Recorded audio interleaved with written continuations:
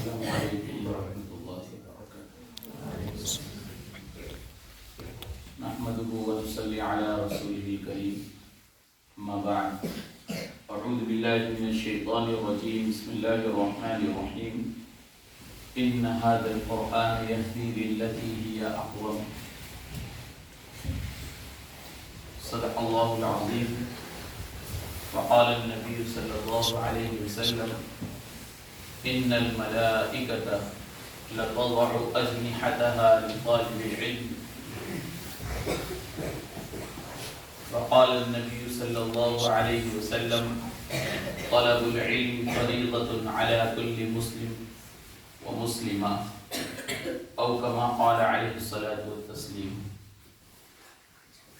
محترم اور مکرم اساتذہ کرام اور عزیز طلباء، اللہ رب العزت کا بہت بڑا انعام ہے، بہت بڑا احسان ہے کہ اللہ تعالیٰ نے کچھ وقت کے لیے مجھے آپ کے درمیان آنے کی اور حاضری کی سعادت نصیب فرمائی۔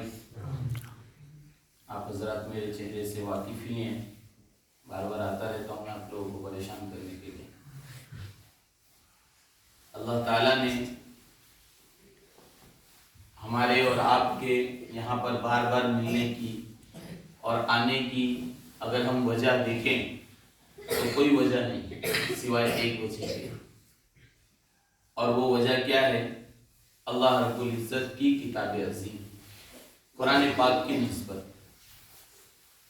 آپ حضرات بھی قرآن پاک سے محبت کرتے ہیں، جو اللہ رب العزت کی سب سے بڑی کتاب ہے، آسمانی کتاب ہے، جس کتاب کو اللہ رب العزت نے ہمارے اور آپ کے آقا سرور کائنات حضرت محمد مصطفیٰ صلی اللہ علیہ وسلم پر نازل فرمائے۔ اس کتاب کی نسبت سے آپ بھی محبت کرتے ہیں، اس کے لیے آپ نے اپنے والدین کو چھوڑا، اپنے گھر بار کو چھوڑا، اپنے عیش و آرام کو چھوڑا اور اس کی تعلیم حاصل کرنے کے لیے یہاں پر آ گئے۔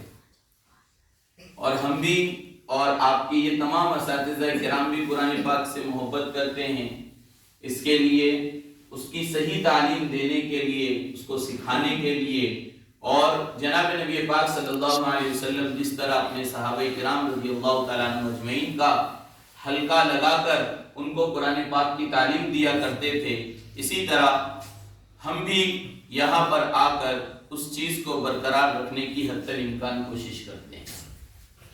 یہ قرآن پاک کی نعمت بہت بڑی نعمت، ہم اور آپ اس کو چاہے اپنی خاطر میں لائیں یا نہ لائیں، اور لوگ ہمیں اس کی نسبت سے اونچا سمجھے یا نہ سمجھے، ہمیں اس سے کوئی دروکار، ہمیں اس سے کوئی سروکار نہیں، ہمیں اس کی کوئی پرواہ نہیں۔ ہم اس چیز کو دیکھتے ہیں کہ اللہ رب العزت اس قرآن پاک کی نسبت سے ہمیں کتنا بڑا سمجھتے ہیں، اور اللہ رب العزت کی نگاہ میں ہماری اور آپ کی کیا قدر ہے۔ ایک لڑکی تھی، اس کی شادی ہو رہی تھی، بڑا سجی دھجی، اور جیسا کہ میک اپ ہوتا ہے سب اس نے کری۔ آج تو بیوٹی پارلر میں جا کے میک اپ کرواتے ہیں 15,000 کا، 20,000 کا، اور بعد میں دوسرے دن جب پتہ چلتا ہے تو پی او پی دھل چکی ہوتی ہے۔ شوہر بھی ٹینشن میں آیا تو ہی تھی کل،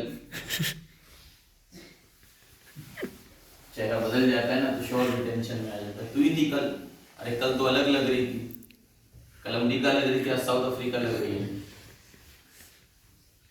تو اس لڑکی کی شادی ہو رہی تھی، تو اس لڑکی نے خوب سارا میک اپ کیا اور خوب سجی، اپنے آپ کو سنوارنے کی کوشش کی۔ تو اس کی جو سہیلیاں ہوتی ہیں، جیسے ہوتا ہے، تو سب کہنے لگی تو بڑی پیاری لگ رہی ہے، بڑی شونی لگ رہی ہے، بڑی اچھی لگ رہی ہے، بڑی خوبصورت لگ رہی ہے۔ تو اس لڑکی نے بڑا پیارا جواب دیا۔ اس لڑکی نے کہا ہٹو، تمہارے کہنے سے کیا ہوتا ہے، تمہارے کہنے سے کیا ہوتا ہے، تمہارے گھر تھوڑی بیاہ ہو کے جا رہی ہوں، میں تو اپنے شوہر کے گھر بیاہ ہو کر جا رہی ہوں۔ اس نے جملہ کہا، پیا جس کو چاہے سہاگن وہی ہے۔ کیا کہا؟ پیا جس کو چاہے